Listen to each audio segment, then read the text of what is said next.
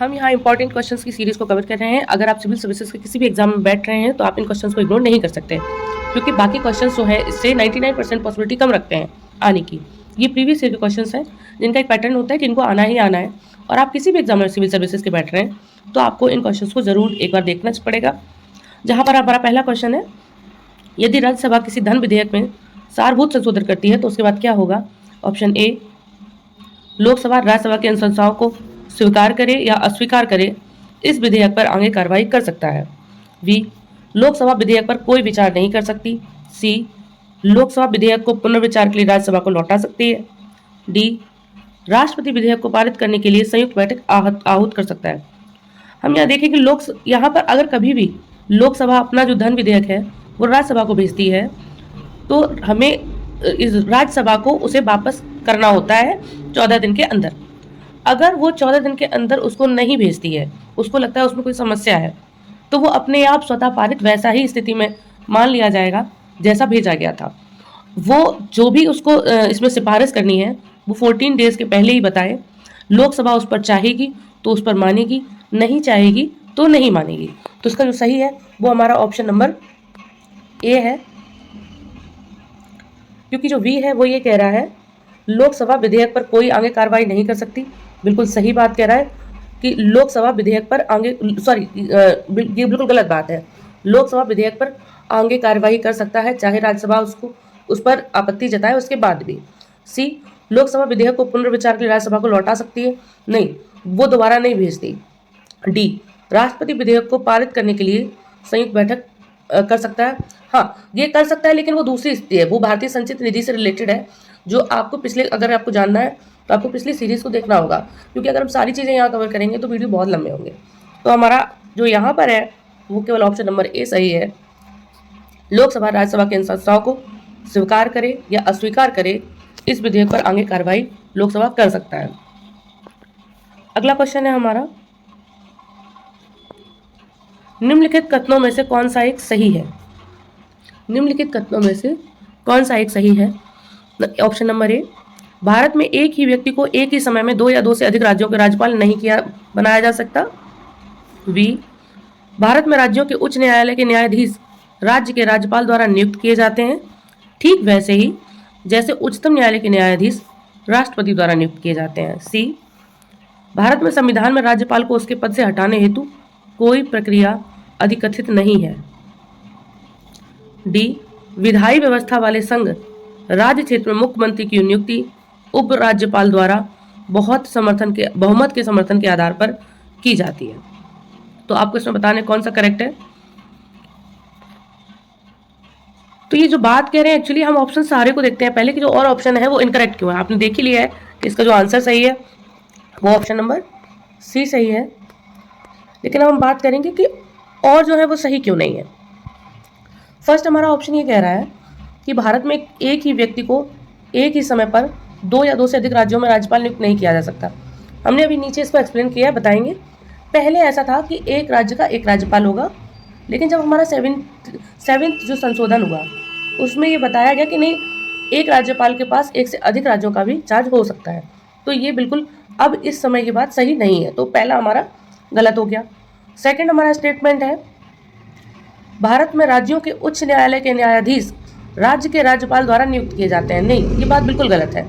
Same वही जैसे high supreme court के जज को, और डी जो है विधायी व्यवस्था वाले राज्य क्षेत्र में मुख्यमंत्री की नियुक्ति उप राज्यपाल द्वारा बहुमत समर्थन के आधार पर की जाती है, नहीं, विधायी व्यवस्था वाले जो संघ राज्य क्षेत्र है, दिल्ली है, पुडुचेरी है, इनमें मुख्यमंत्री की जो नियुक्ति है वो राष्ट्रपति के द्वारा कराई जाती है, ना कि उपराज्यपाल के द्वारा। तो ये भी गलत हो गया, हमारा केवल एक सही है। थर्ड, भारत के संविधान के राज्यपाल को उसके पद से हटाने हेतु कोई भी प्रक्रिया अधिकथित नहीं है, ऑफिशियली तरीका नहीं है, व्यवहारिक हम अपनाते होंगे, वो एक अलग चीज़ है। हम यहाँ पर हमने देखा कि कैसे सही, हम अब इनका नीचे स्टेटमेंट क्या है वो देखते हैं।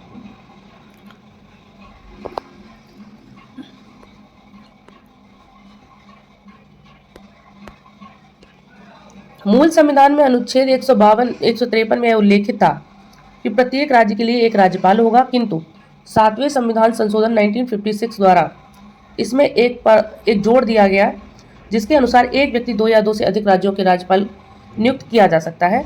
तो इसमें बताया कि एक का ही रहेगा, तो वो गलत हो गया, क्योंकि हमने देखा कि जो 7th जो हमारा अमेंडमेंट था कॉन्स्टिट्यूशनल 1956 में, उसमें ये चेंज हो गया था कि एक से अधिक में हो सकता है। आप यहाँ देख सकते हैं कि यहाँ जो आर्टिकल है वो 153 इंपॉर्टेंट है। यहाँ बता रहा है वो कि आर्टिकल 153 में यह उल्लेखित है कि प्रत्येक राज्य का एक राज्यपाल होगा, ये था। ठीक है, हम अगले क्वेश्चन पे आते हैं। अगले जो इसका स्टेटमेंट है, आर्टिकल 217 के तहत उच्च न्यायालय के न्यायाधीश की नियुक्ति भी राष्ट्रपति के द्वारा की जाती है। तो यहाँ हमारा बता रहा था कि उच्च न्यायालय की जो नियुक्ति है, उच्च न्यायालय के जजों की नियुक्ति वो राज्यपाल के द्वारा की जाती है। तो यहाँ पे ये क्लियर हो गया कि वो राज्यपाल के द्वारा नहीं, राष्ट्रपति के द्वारा की जाती है, और उसका जो है उसके बारे में 2017 में बताया गया है। सेम, भारत के संविधान में राज्यपाल को उसके पद से हटाने हेतु किसी भी प्रक्रिया का उल्लेखित नहीं है। हाँ, ये बात जो सही थी वो यहाँ पर भी है कि राज्यपाल को उसके पद से हटाने के लिए किसी भी प्रक्रिया का उल्लेखित नहीं है। और यहाँ बता रहा है कि आर्टिकल 239 के तहत विधायी व्यवस्था वाले संघ राज्य क्षेत्रों की नियुक्ति राष्ट्रपति द्वारा की जाती है, और वो कह रहा था कि नहीं, उपराज्यपाल के द्वारा की जाती है। तो ये वाला भी जो हमारा वो गलत स्टेटमेंट था। हम अगले क्वेश्चन पे आते हैं अपने। निम्नलिखित कथनों पर विचार कीजिए। हमारे स्टेटमेंट बेस्ड ये क्वेश्चन है। पहला स्टेटमेंट है, भारत के संविधान में संशोधन केवल लोकसभा में एक विधेयक की पुनः स्थापना द्वारा ही प्रारंभ किया जा सकता है। वी, यदि ऐसा संशोधन संविधान के संघीय चरित्र में परिवर्तनीय की मांग करता है तो संशोधन का अनुसमर्थन भारत के सभी राज्यों के विधानमंडल द्वारा किया जाना आवश्यक है। हम इस पर दोबारा एक बार पढ़ लेते हैं। भारत के संविधान में संशोधन केवल लोकसभा में एक विधेयक की पुनः स्थापना द्वारा ही प्रारंभ किया जा सकता है। संविधान संशोधन की बात हो रही है, केवल एक विधेयक। सेकंड, यदि ऐसा संशोधन संविधान के संघीय चरित्र में परिवर्तन की मांग कर रहा है, संविधान का जो चरित्र है मैन, तो संशोधन का अनुसमर्थन भारत के सभी राज्यों के विधानमंडल द्वारा किया जाना आवश्यक है। तो हम देखेंगे इसका कौन सा सही है। अगर आपको इसका पता है तो आप पॉज करिए और इसका आंसर बताइए। A option number A only 1, B only 2, C 1 और 2 दोनों, और डी ना तो 1 है और ना ही 2 है। तो यहाँ पर सीधी सी बात है कि यहाँ पर ना फर्स्ट और सेकंड दोनों करेक्ट नहीं हो सकते, क्योंकि भारत के संविधान संशोधन, एक संविधान संशोधन की बात हो रही है। इतना बड़ा जो पूरा देश डेमोक्रेसी उसी के ऊपर है, उसके बारे में बता रहे हैं कि लोकसभा में एक विधेयक को पुनः स्थापना के द्वारा ही प्रारंभ किया जा सकता है। वी, यदि ऐसा संशोधन संविधान के संघीय चरित्र की में परिवर्तन की मांग करता है तो संशोधन का अनुसमर्थन भारत के सभी राज्य के विधानमंडलों द्वारा किया जाना आवश्यक है। ऐसा संविधान संशोधन हम करेंगे कैसे, हो भी कैसे पाएगा जो हमें उसके अनुसमर्थन की आवश्यकता पड़ेगी, जो उसके मूल ढांचे को ही नहीं मतलब रख सकता है, क्योंकि ये एक बेसिक सी बात है कि आप कुछ चेंज भी कर रहे हैं तो संविधान का मूल ढांचा नहीं चेंज हो सकता, उसके जो मूल चरित्र है उसमें कोई परिवर्तन नहीं हो सकता। तो जब वो हो ही नहीं सकता तो अनुसमर्थन की कैसे बात होगी। तो यहाँ ना तो फर्स्ट सही है और ना ही सेकंड सही है, हमारा ऑप्शन नंबर डी। निम्नलिखित कथनों पर विचार करिए। भारत का महान्यायवादी लोकसभा की कार्रवाई में भाग ले सकता है, लोकसभा की किसी समिति का सदस्य हो सकता है, लोकसभा में बोल सकता है, लोकसभा में मतदान कर सकता है। नहीं, ऊपर के तीन ठीक है, लोकसभा में मतदान नहीं कर सकता। लोकसभा की कार्रवाई में क्या, वो किसी भी सदन में कार्रवाई में भाग ले सकता है, वो भारत के किसी भी राज्य के किसी भी न्यायालय में कहीं पर भी वो संविधान का सरकार के राष्ट्रपति के कार्यों से रिलेटेड वो भाग ले सकता है। तो यहाँ पर जो ऑप्शंस हैं वो option number A only 1, B 2 and 4, C 1, 2 and 3, D only 1 and 3। तो हमने यहाँ देखा कि हमारा जो करेक्ट है वो ऑप्शन नंबर सी होगा, 1, 2 and 3। हम इसके बारे में थोड़ा ठीक से जानते हैं। भारत के राष्ट्रपति द्वारा महान्यायवादी की नियुक्ति की जाती है। महान्यायवादी के विषय में भारतीय संविधान के अनुच्छेद 76 और 88 में उल्लेखित किया गया है। यानी महान्यायवादी कौन बन सकता है और उसके क्या कार्य होंगे वो आर्टिकल 76 और 88 में बताया गया है।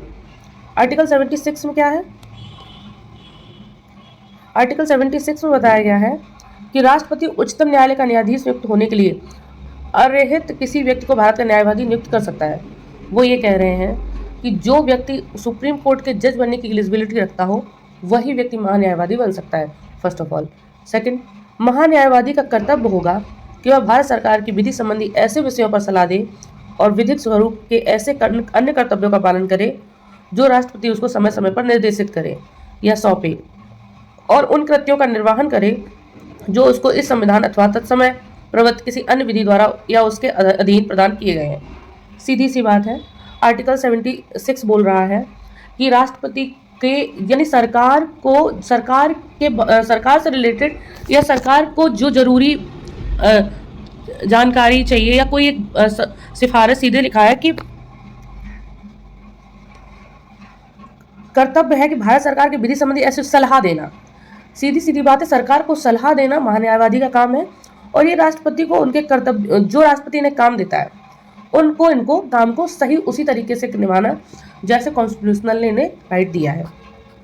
तो हमने देखा कि पहले महान्यायवादी कौन बन सकता है, जो सुप्रीम कोर्ट के जज बनने की एलिजिबिलिटी रखता हो। सेकंड, उसको करना क्या है, वो उसे सरकार को सलाह देना है और राष्ट्रपति को विधि के अनुसार जो वो निर्देश दे उसका पालन करना है। महान्यायवादी को अपने कर्तव्यों के पालन में भारत के राज्य क्षेत्र में सभी न्यायालयों में सुनवाई का अधिकार होगा। वो कहीं पर भी सुनवाई कर सकता है। महान्यायवादी राष्ट्रपति के प्रसाद पर्यंत पद धारण करेगा और ऐसा समय प्राप्त करेगा जो राष्ट्रपति अवधारित करेगा। सीधी सी बात है, महान्यायवादी कहने का ये मतलब है, महान्यायवादी जो चाहेगा, जो उसका मन होगा, महान्यायवादी को राष्ट्रपति वो इसे पद देगा और जो वो सैलरी निर्धारित करेगा वो इसे सैलरी मिलेगी। और ये तो बात हुई 76 में। तो 76 में इनकी एलिजिबिलिटी बताई गई है और इनके पद के बारे में बताया और इनका कार्य बताया। और आर्टिकल 88 कह रहा है, प्रत्येक मंत्री और भारत के न्यायवादी को यह अधिकार होगा कि वह किसी भी सदन में या संयुक्त बैठक में और संसद के किसी भी समिति में जिसका वह सदस्य के रूप में नाम दिया गया है वहां बोल सकता है, उसकी कार्रवाई में भाग ले सकता है। और सीधे लिखा है, किंतु इस पर मत देने का अधिकार इसे प्राप्त नहीं है। तो ये बात हमारी लिखी हुई है नीचे लाइन में कि वो किसी भी सदन में भाग ले सकता है, इसे संयुक्त बैठक में भी भाग ले सकता है, संसद के कहीं पर भी बोल सकता है, लेकिन उसे इस अनुच्छेद सीधे आर्टिकल, तो आपसे क्वेश्चन ऐसे आ सकता है किस आर्टिकल के तहत महान्यायवादी को मत देने का अधिकार नहीं है, तो वो है आर्टिकल 88, क्योंकि देखो इसी में लिखा है कि आर्टिकल अनुच्छेद के आधार पर महान्यायवादी को अधिकार नहीं है मत देने का। अगले क्वेश्चन पे आते हैं, निम्नलिखित में से किस निकाय या किन निकाय के संविधान में उल्लेखित नहीं है। यानी कि ये जो आपके दिए गए हैं 3 ऑब्जेक्ट, इनके बारे में संविधान में उल्लेखित है, इनमें से किसके बारे में संविधान में उल्लेखित नहीं है। फर्स्ट राष्ट्रीय विकास परिषद, सेकंड योजना आयोग, थर्ड क्षेत्रीय परिषद है। तो संविधान में इन तीनों के बारे में उल्लेखित नहीं है। ये जो भी हमारी सरकारें दिन पे जो काम करती हैं, जो उन्हें लगता है कि ये ज़्यादा बेहतर हो सकता है, वो एक उनका कार्यपालिका का तरीका होता है, जो ज़रूरी नहीं कि उन सब चीज़ों को कॉन्स्टिट्यूशनल में लिखा हो। और कॉन्स्टिट्यूशन का काम है कि वो ये बताए कि आप किस तरीके की कोई प्रक्रिया बना सकते हैं, जनता के वो हितैषी हो और उसका जो संविधान का मूल ढांचा हो बस उस पर वो वर्क कर रहा हो। तो इसमें ये 3 दिए गए, राष्ट्रीय विकास परिषद, योजना आयोग, क्षेत्रीय परिषदें, इन तीनों के बारे में संविधान में उल्लेख नहीं है। तो जो हमारे ऑप्शंस हैं, ए ओनली 1 2, बी ओनली 2, सी 1 2 1 3 और डी 1 2 3। तो उसका जो सही है वो ऑप्शन नंबर डी है। यहाँ पर 1 2 एंड 3 तीनों का भी कोई उल्लेख नहीं है। हम इसके बारे में सही से जानते हैं। राष्ट्रीय विकास परिषद एवं योजना आयोग का गठन केवल कार्यपालिका के आदेश द्वारा किया हुआ है। राष्ट्रीय विकास परिषद और योजना आयोग का जो गठन हुआ था वो एक कार्यपालिकी आदेश के द्वारा हुआ है कि ये ऐसे हमें काम करना है। एक कार्यपालिकी आदेश है जो सरकार चलाती है, जो कार्य करती है, उनके सिर्फ आदेशानुसार है। इस पर संविधान में इस पर नहीं लिखा है। ठीक है, जो योजना आयोग जो है, जो अब नीति आयोग में बदल गया है। अगला है हमारा क्षेत्रीय परिषदों का गठन राज्य पुनर्गठन अधिनियम 1956 के तहत किया गया था। अतः ये संवैधानिक निकाय है, किंतु ये संवैधानिक निकाय नहीं है, संविधिक निकाय है, किंतु संवैधानिक निकाय नहीं है। संविधिक निकाय और संवैधानिक निकाय में जानते हैं आप फर्क।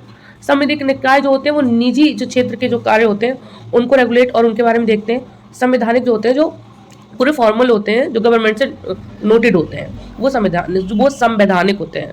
तो क्षेत्रीय परिषदों का गठन राज्य पुनर्गठन अधिनियम 1956 के तहत किया गया और ये संविधिक निकाय है, ना कि संवैधानिक।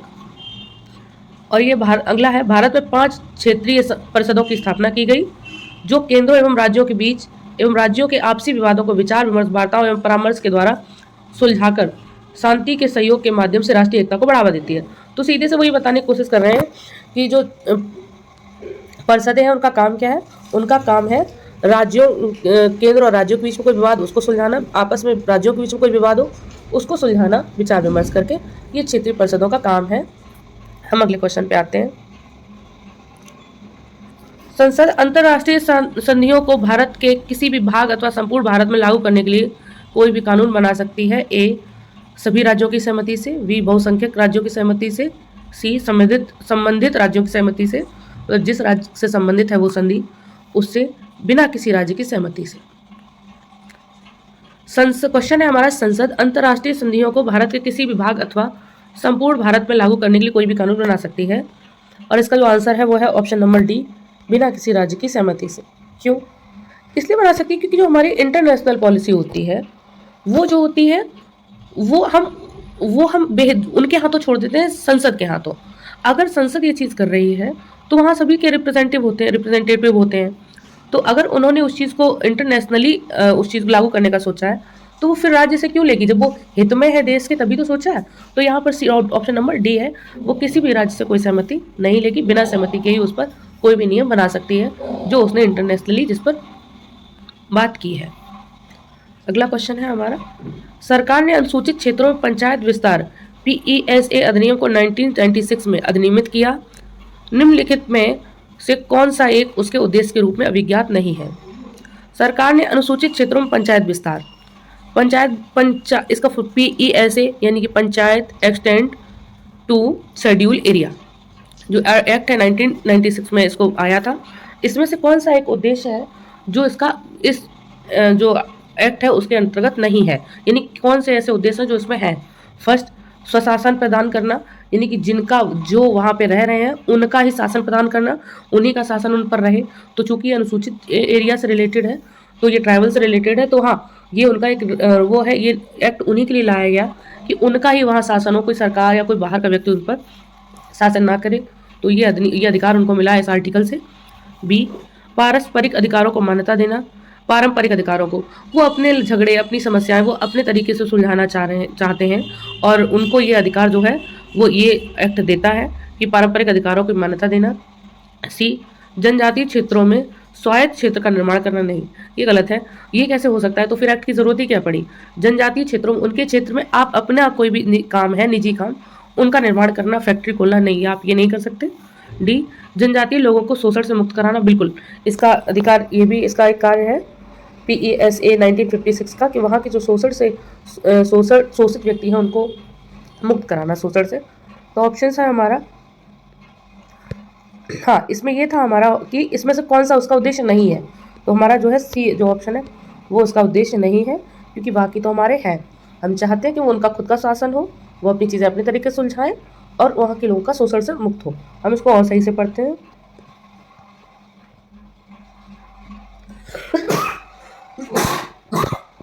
सॉरी, सरकार द्वारा अनुसूचित क्षेत्रों में पंचायत विस्तार अधिनियम 1996 के लागू करने के प्रमुख उद्देश्य निम्नलिखित हैं। ग्राम सभा के पारंपरिक अधिकारों को मान्यता प्राप्त कर लघु वनोपजों स्वामित्व, विवाद समाधान के तरीके की रक्षा एवं संरक्षण आदि। यानी वो लोग एक ग्राम सभा अपनी नियुक्त करते हैं, वह इस एक्ट के तहत एक ग्राम सभा नियुक्त होगी जिनको मान्यता होगी कि वो लघु वन यानी इन वनों का वो इतने वनों का वो उपयोग कर सकते हैं अपने लिए। यहाँ तक कोई बाहर का आदमी नहीं वहाँ पर कर सकता है।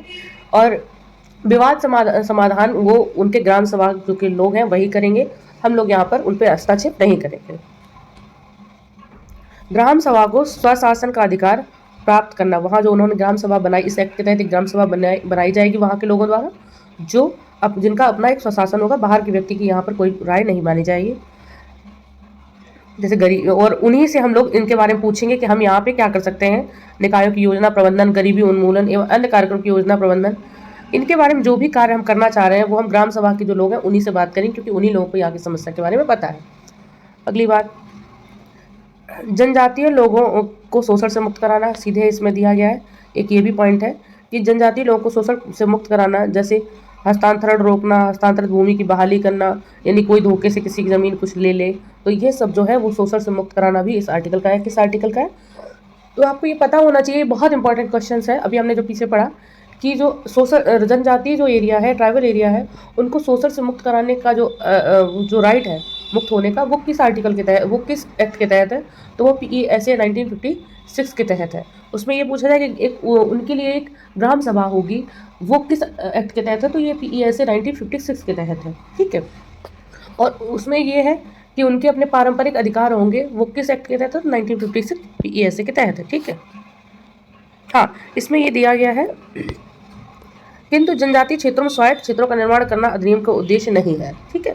तो ये उनका उद्देश्य नहीं, क्या अपना जाके खुद ही काम अपना कुछ करने जाके, ठीक है। हमारा अगला क्वेश्चन है, अनुसूचित जनजाति एवं अन्य पारंपरिक वनवासी वन अधिकारों की मान्यता अधिनियम 2006 के अधीन व्यक्तिगत या सामुदायिक वन अधिकारों अथवा दोनों की प्रकृति एवं विस्तार के निर्धारण की प्रक्रिया को प्रारंभ करने के लिए कौन सा प्राधिकारी होगा? अनुसूचित जनजाति एवं अन्य पारंपरिक वनवासी अधिनियम 2006 के अधीन व्यक्तिगत या सामुदायिक वन अधिकारों अथवा दोनों की प्रकृति एवं विस्तार के निर्धारण की प्रक्रिया को प्रारंभ करने के लिए कौन सा प्राधिकारी होगा? ऑप्शन ए राज्य वन विभाग, बी जिला कलेक्टर, सी तहसीलदार, खंड शिक्षा अधिकारी या मंडल खंड विकास अधिकारी या मंडल राजस्व अधिकारी, और सी ग्राम सभा। हाँ, तो क्वेश्चन ही यही था कि इनका जो भी व्यक्तिगत या सामुदायिक वन अधिकार या जो भी दोनों की प्रकृति के विस्तार की निर्धारण की प्रक्रिया को प्रारंभ करने कौन प्राधिकारी होगा, इनकी जो समस्या है वो कौन सुनेगा और इनका कौन एक मुखिया है। तो अभी हम पीछे क्वेश्चन में बताया कि PESA एक्ट 1956 के तहत हमें बताया गया है कि यहाँ पर एक ग्राम सभा है बनाई जाएगी और जिनके द्वारा हम ये सब चीज़ें करेंगे, क्योंकि बाहर का आदमी यहाँ पे कोई हस्तक्षेप नहीं कर सकता है। तो राज्य का वन विभाग बिल्कुल बाहर का व्यक्ति है, जिला कलेक्टर बाहर का है, तहसीलदार बाहर का है, इनकी खुद की ग्राम सभा जो है वही इसके बारे में बनाती है। तो इसका आंसर है ग्राम सभा। इस अधिनियम के अनुसार वन अधिकारों की प्रक्रिया में सीमा का निर्धारण करने के लिए प्रक्रिया प्रारंभ करने एवं उससे संबंधित दावों की सुनवाई का अधिकार ग्राम सभा को है, ठीक है।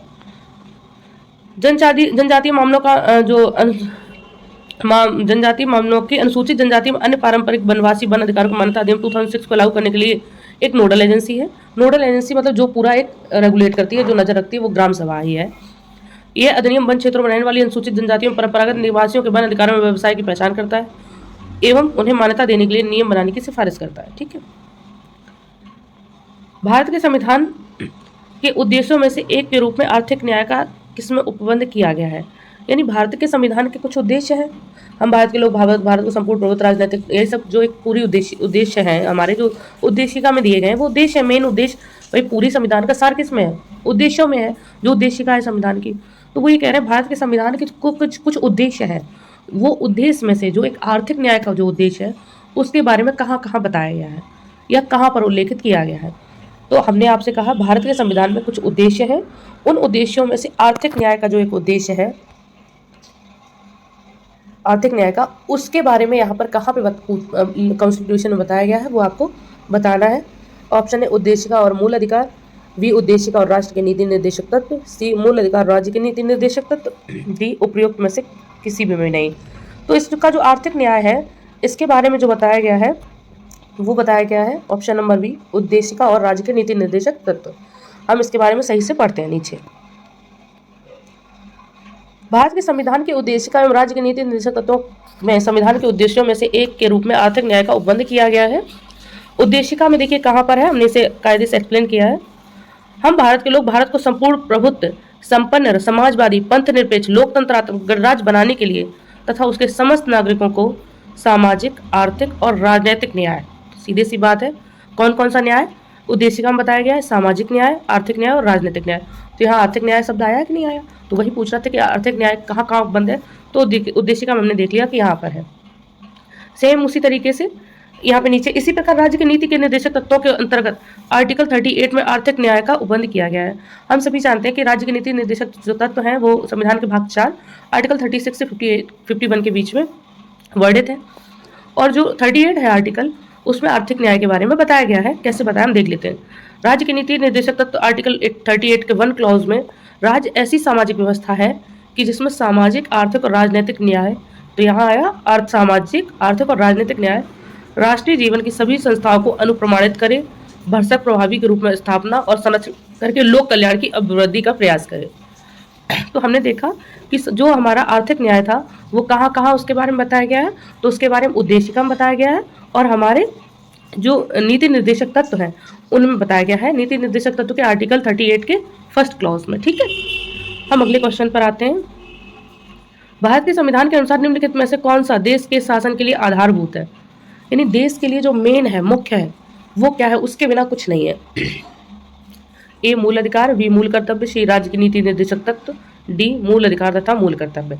हमारा देश डेमोक्रेटिक है और हमारा देश जो है वो कॉन्स्टिट्यूशन के बेस पे चलता है। ठीक है, उसका क्या मेन उद्देश्य है? उसका मेन उद्देश्य है देश में शांति रखना, अखंडता बनाए रखना, एकता की भावना बनाए रखना और शांति बनाए रखना, आपस में बैरभाव नहीं होना। यही तो मेन उद्देश्य है इसका। जब इसका उद्देश्य ही कॉन्स्टिट्यूशन का ये है, तो ये जो जब ये ऐसी बातें जो पॉजिटिव और बहुत अच्छी नैतिकता वाली बातें हैं, तो ये कहाँ पर होंगी? जो नीति निर्देशक तत्व होंगे उसमें ये निहित होंगी कि अगर जो एक नीति निर्देशक तत्व होते हैं कि भाई ऐसे ऐसे काम होता है, ऐसे ऐसे हमारे आचार विचार होने चाहिए, और अगर वही नहीं है हमारे पास तो इस कॉन्स्टिट्यूशन के होने का क्या मतलब है? तो आधार जो है इसका वो है ऑप्शन नंबर सी, राज्य के नीति निर्देशक तत्व। हम इसके बारे में और अच्छे से जानते हैं। भारतीय संविधान के भाग 4 में शामिल राज्य की नीति निर्देशक आर्टिकल 36 से 51 तक जिसमें लिया गया है, देश में शासन में आधारभूत तत्वों के रूप में शामिल किया गया है। राज्य के नीति निर्देशक तत्वों को देश के आधारभूत तत्वों के रूप में शामिल किया गया है। आर्टिकल 37 में स्पष्ट रूप से उल्लेखित किया गया है। आर्टिकल 37 में भाग 4 में अंतर्विष्ट उपबंध किसी न्यायालय को द्वारा परिवर्तनीय नहीं होंगे। सीधी सीधी बात है, वही पिछला भी क्वेश्चन भी था जहाँ पर यही इससे रिलेटेड था। सीधा इसमें लिखा है कि आर्टिकल 37 में बताया गया कि भाग 4 में जो भी लिखा है, जो भी, वो किसी भी न्यायालय द्वारा किसी के द्वारा भी परिवर्तनीय नहीं होंगे, किंतु फिर भी इस भाग में अधिकथित तत्व देश के शासन में मूलभूत हैं और विधि बनाने में इन तत्वों को लागू करने का राज्य का कर्तव्य है। हम समझ रहे होंगे ये कह रहा है हम इसमें कोई चेंजमेंट नहीं कर सकते, लेकिन जब भी हम कोई नियम बनाएंगे, कोई कुछ भी नया रखेंगे, तो हमें ये इनका याद रखना पड़ेगा कि मेन इसका ढांचा उद्देश्य ये होना चाहिए कि देश में शांति, सुख, समृद्धि लाना। ठीक है, तो क्वेश्चन हमारा क्या था? क्वेश्चन हमारा था कि संविधान के अनुसार निम्नलिखित में कौन सा शासन के लिए आधारभूत है, कौन सा बेसिक स्ट्रक्चर है? तो वो है राज्य के नीति निर्देशक तत्व, जिनको हमें आर्टिकल 37 में इसके बारे में बताया गया है। और ऐसे कौन सी चीज़ है जो परिवर्तनीय नहीं है, वो है, ये बहुत इंपॉर्टेंट है, वो है राज्य के नीति निर्देशक तत्व जो पार्ट 4 में कॉन्स्टिट्यूशन में दिए गए हैं। भारत एक कल्याणकारी राज्य है। कल्याणकारी राज्य का उद्देश्य सामाजिक और आर्थिक प्रजातंत्र की स्थापना करना होता है। सामाजिक एवं आर्थिक प्रजातंत्र की स्थापना के उद्देश्य से ही अधिनियम के भाग 4 में नीति के निर्देशक तत्वों में शामिल किया गया है। ठीक है, निम्नलिखित कथनों पर विचार कीजिए। लोक लेखा समिति, संसदीय समिति, इन पर विचार कीजिए। किस पर विचार करना है कि लोक लेखा की जो संसदीय समिति है उसके बारे में इन्होंने 3 पॉइंट दिए, बताने कौन कौन से करेक्ट हैं। पहला है लोकसभा के अधिकतम 25 सदस्यों से गठित होती है। नहीं, लोकसभा जो होती है, लोकसभा के अधिकतम नहीं, यहाँ पर टोटल होते हैं 22 सदस्य, और जिसमें से 15 होते हैं लोकसभा से और 7 जो होते हैं वो राज्यसभा से लिए जाते हैं। ठीक है, तो पहला तो हमारा इनकरेक्ट हो गया। सेकंड, सरकार के विनियोग तथा वित्त लेखाओं की जांच करती है, बिल्कुल सही बात है। भारत के नियंत्रक महालेखा परीक्षा की रिपोर्ट जो जांच देती है, जो कैग होता है, वो जो रिपोर्ट जारी करता है उसकी भी जांच यही समिति करती है, तो ये भी बात बिल्कुल सही है। तो हमारा फर्स्ट जो है वो गलत है, सेकंड एंड थर्ड हमारा करेक्ट है। तो ऑप्शन नंबर भी हमारा यहाँ करेक्ट हो गया, 2 और 3। लोक लेखा समिति में अधिकतम 22 सदस्य होते हैं, जिससे 15 सदस्य लोकसभा से, 7 सदस्य राज्यसभा से आते हैं। कोई मंत्री इसका सदस्य नहीं हो सकता। 1967 में लोक लेखा समिति का अध्यक्ष लोकसभा में विपक्षी दल का नेता होता है। ये 1966 से ये बात है कि लोक लेखा समिति का जो अध्यक्ष होगा वो लोकसभा में विपक्षी दल का नेता होगा। आपको ये बहुत इंपॉर्टेंट पॉइंट्स हैं, इसको एडिशनल पॉइंट तभी हम यहाँ पर नोट करते हैं ताकि आपको रहे कि हाँ कितना इंपॉर्टेंट है। सीधी सी बात, ये क्वेश्चन एक स्टेटमेंट बेस्ड होता है और आता ही है कि लोक लेखा समिति का अध्यक्ष कौन होता है। तो लोक लेखा समिति का जो अध्यक्ष होता है वो लोकसभा में विपक्षी दल जो है उसका नेता होता है। ठीक है, लोक लेखा समिति भारत सरकार के विनियोग एवं वित्तियों की जांच करता है तथा नियंत्रक महालेखा की परीक्षा की रिपोर्ट की जांच भी इसी के द्वारा की जाती है। किसके द्वारा? लोक लेखा समिति के द्वारा। तो महालेखा परीक्षा की रिपोर्ट की जांच कौन करता है? लोक लेखा समिति। और वित्तीय आयोग, वित्तीय जो भी जानकारी होता है उसकी जो जानकारी करता है वो भी करता है लोक लेखा समिति। और इसमें टोटल 25 नहीं 22 सदस्य होते हैं, जिससे 15 लोकसभा से होते हैं, 7 राज्यसभा से होते हैं। हमारा अगला क्वेश्चन है भारत के संदर्भ में संसदीय शासन प्रणाली में निम्नलिखित में से कौन सा या से सिद्धांत संस्थागत रूप से निहित है? संसदीय शासन प्रणाली है हमारी, लोकसभा राज्यसभा, और इसमें कौन से सिद्धांत संस्थागत रूप से निहित है? एक, मंत्रिमंडल के सदस्य संसद के सदस्य होते हैं। बी, जब तक मंत्रियों को संसद का विश्वास प्राप्त रहता है तब तक वे अपने पद पर बने रहते हैं। सी, राज्य का अध्यक्ष ही मंत्रिमंडल का अध्यक्ष होता है। नहीं, ये गलत बात है।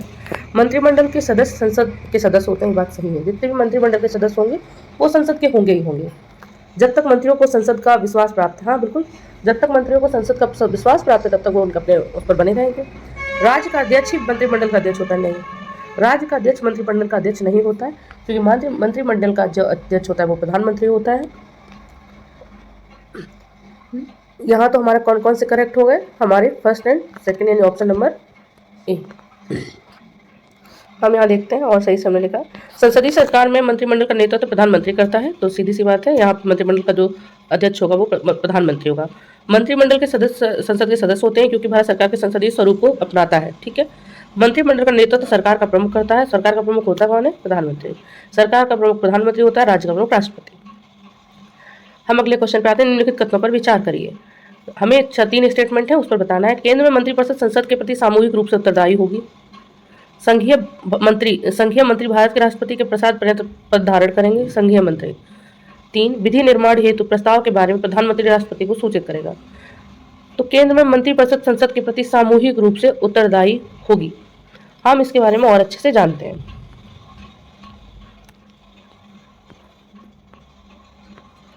पहले जाने फिर दोबारा क्वेश्चन करते हैं। भारतीय संविधान के आर्टिकल 75 के 3 क्लाउज के अनुसार मंत्रिपरिषद लोकसभा के प्रति सामूहिक रूप से उत्तरदायी होगी, ना कि संसद के प्रति। ठीक है। तो यहाँ पर हमें क्या पता चला? हमें यहाँ पता चला कि भारत में संविधान 75 के 3 के अनुसार जो मंत्रिपरिषद होगी वो लोकसभा के प्रति सामूहिक रूप से जिम्मेदार होगी, उत्तरदायी होगी, ना कि संसद के। जबकि हमारा फर्स्ट क्या कह रहा था कि संसद के प्रति उत्तरदायी होगी। ये है 75 का 3। 75 का 2 क्या कहता है? 75 के 2 के अनुसार मंत्री राष्ट्रपति के प्रसाद पर्यंत पद धारण करेगा। तो ये तो उन्होंने कहा है कि यही बात, तो ऑप्शन सही है अभी वाला। संविधान के आर्टिकल 78 में विधि निर्माण हेतु राष्ट्रपति को जानकारी देने आदि के बारे में प्रधानमंत्री के कर्तव्य का उल्लेख किया गया है।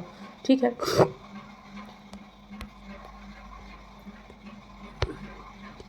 हम यहाँ देख लेते हैं 75 का 3, 75 का 2 और 78।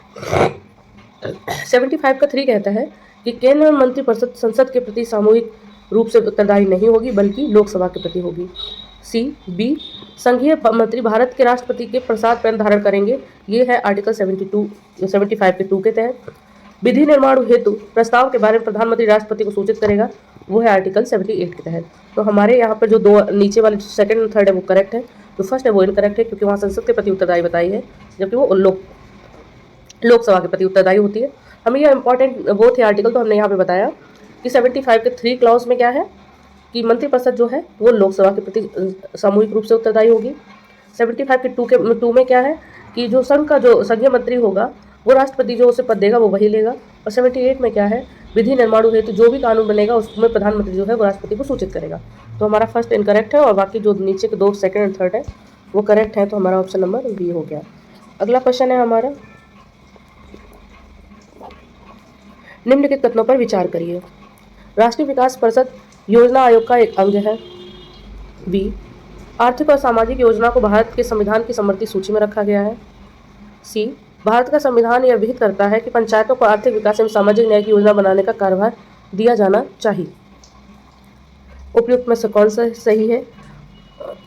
ए only 1, B 2 and 3, C 1 and 3 और डी 1, 2 and 3। तो यहाँ जो हमारा करेक्ट है वो हमारा ऑप्शन नंबर बी। हम इसके बारे में देखते हैं कि क्या हमने एक्सप्लेनेशन इसमें दिया है या हाँ। क्वेश्चन हमारा था, निम्नलिखित कथनों, राष्ट्रीय विकास परिषद योजना आयोग का एक अंग है। हम इस पर अभी एक्सप्लेनेशन बात करेंगे। आर्थिक और सामाजिक योजना को भारत के संविधान की समवर्ती सूची में रखा गया है। सही बात है, आर्थिक और सामाजिक योजना जो है वो भारत की समवर्ती सूची है। भारत की 3 सूची होती है, एक संघ सूची होती है, एक राज्य सूची, एक समवर्ती सूची। राज्य सूची में राज्य के अंदर जो चीज़ें आती है वो राज्य सूची में, संघ सूची में जो केंद्र के अंतर्गत जो राइट आते हैं वो संघ सूची में, समवर्ती में जो होते हैं जो राज्य और केंद्र दोनों के राइट होते हैं, राइट में आते हैं वो समवर्ती सूची है। तो सामाजिक और आर्थिक योजना जो है समवर्ती सूची में है, बी और सी है। भारत का संविधान यह विहित करता है कि पंचायतों को आर्थिक विकास एवं सामाजिक न्याय की योजना बनाने का कार्यभार दिया जाना चाहिए। हाँ, ये बात सही है कि पंचायतों का आर्थिक एवं विकास सामाजिक न्याय, क्योंकि उन्हें बहुत अच्छे से उस बारे में जानकारी होती है, तो ये वाला भी सही है।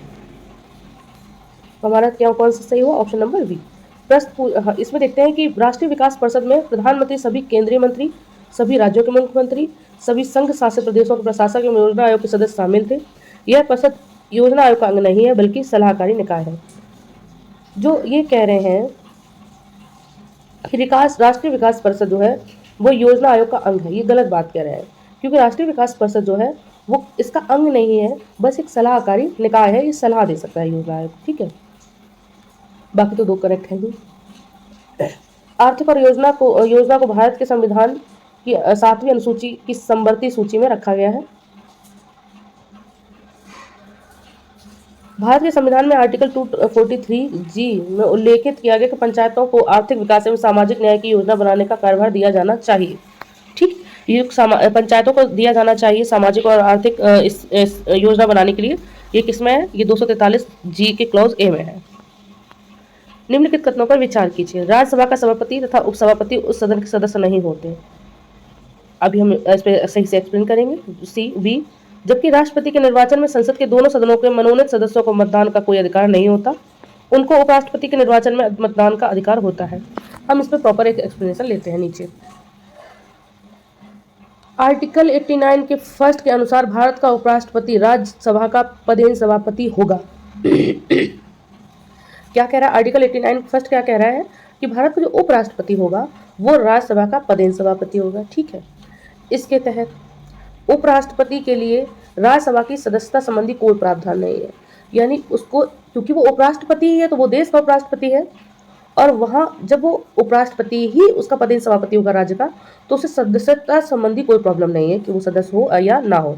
जबकि राज्यसभा के उपसभापति के लिए यह जरूरी होता है कि वह राज्यसभा का सदस्य हो। आर्टिकल 89 के 2 में स्पष्ट है कि राज्यसभा यथाशीघ्र अपने किसी सदस्य को अपना उपसभापति चुन ले।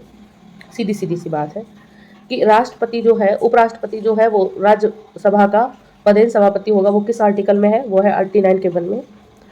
और राज्यसभा का एक उपसभापति होगा, और उसे कैसे चुनना है? वो है आर्टिकल 89 के 2 क्लॉज में। बस बात खत्म। आर्टिकल 54 में स्पष्ट किया है कि राष्ट्रपति के निर्वाचन के लिए बनने वाले निर्वाचित गण में संसद के दोनों सदनों का निर्वाचित सदस्य शामिल होंगे, तो उन्होंने क्या कहा था कि नहीं होंगे। जबकि आर्टिकल 66(1) में उल्लेखित है कि उपराष्ट्रपति का निर्वाचन संसद के दोनों सदनों के सदस्यों से मिलकर बनने वाले निर्वाचित गण से होगा। संसद के दोनों सदनों से बनने वाले निर्वाचित गण में निध्या चिंतित मनोनीत दोनों सदस्य शामिल होंगे, यानी कथन 2 सही है। हम यहाँ पे आपको ये बताएं एक बार सही से। एक्सप्लेनेशन ये कह रहा है राज्यसभा का सभापति तथा उपसभापति उस सदन के सदस्य नहीं होते, तो ये गलत हो गया ना, क्योंकि उपसभापति जो होता है वो उसका सदस्य होता ही होता है। वो हमें बताया गया 89 के 2 में। राज्यसभा का जो सभापति होता है वो उपराष्ट्रपति होता है। ठीक है, तो वो सदस्य नहीं होता है। इसमें आपकी दोनों के बारे में कहा गया है, तो जो सभापति होता है वो उसका सदस्य नहीं होता है, और जो उपसभापति होता है वो उसका सदस्य होता है। ठीक है, जबकि राष्ट्रपति के निर्वाचन में संसद के दोनों सदनों को मनोनीत सदस्यों को मतदान देने का कोई अधिकार नहीं होता, उनको उपराष्ट्रपति के निर्वाचन में मतदान का अधिकार होता है। तो ये भी आपने देखा कि ये करेक्ट है। तो हमारा ऑप्शन नंबर बी ओनली 2 सही है। निम्नलिखित में से कौन राष्ट्रीय विकास परिषद की रचना करते हैं? प्रधानमंत्री, वित्त अध्यक्ष, वित्त आयोग, संघीय मंत्रिमंडल के मंत्रीगण, राज्य के मुख्यमंत्री। राष्ट्रीय विकास परिषद की रचना करते हैं, तो इसमें है A1 2 3, B1 3 and 4, C2 and 4, D1 2 3 and 4, यानी बी इसका आंसर सही है 1 3 and 4। यानी कि राष्ट्रीय विकास परिषद की प्रधानमंत्री करता है, संघीय मंत्रिमंडल के मंत्रिमंडल करते हैं, और राज्यों के मुख्यमंत्री करते हैं। तो वित्त आयोग का इससे कोई लेना देना नहीं है इसको रचना करने में। ठीक है, हम इसका एक्सप्लेनेशन देखते हैं, और इसका जो सही है वो हमारा बी सही है। राष्ट्रीय विकास परिषद नेशनल डेवलपमेंट काउंसिल प्रधानमंत्री अध्यक्ष के रूप में तथा केंद्र सरकार के मंत्रिमंडल के सदस्य, सभी राज्यों के मुख्यमंत्री, योजना आयोग के सदस्य तथा सभी केंद्र शासित राज्यों के मुख्यमंत्री और प्रशासक सदस्य के रूप में शामिल होते हैं, वित्त आयोग के नहीं। तो आपको यहाँ पढ़ रहे हैं सही से बताया गया है। हमने यहाँ पे टोटल 16 क्वेश्चंस को कवर किया हुआ है, जो 2013 के प्रीवियस ईयर के पॉलिटी से रिलेटेड क्वेश्चंस हैं। हमें उम्मीद है कि आप हमारे क्वेश्चंस को देख रहे होंगे अपनी बेहतरी के लिए। अगर आप यूपीएससी किसी भी एग्ज़ाम को देना चाह रहे हैं तो आपको इन क्वेश्चंस को इग्नोर नहीं कर सकते। आप ये भी नहीं सोच सकते कि नहीं हम इसको आज छोड़ दें फिर कभी पढ़ेंगे। अगर आपको टाइम है, आपको पढ़ना चाहिए। और अगर आपको लगता है कि हाँ हम आपकी यहाँ पर आपकी ज़्यादा अच्छा कोई आपके पास सुझाव है कि हम यहाँ पे और इस पर अपने वीडियो बनाने में कुछ और अच्छा कर सकते हैं, तो आप प्लीज़ कमेंट सेक्शन में सजेशन दीजिए। बाकी थैंक यू। देखिए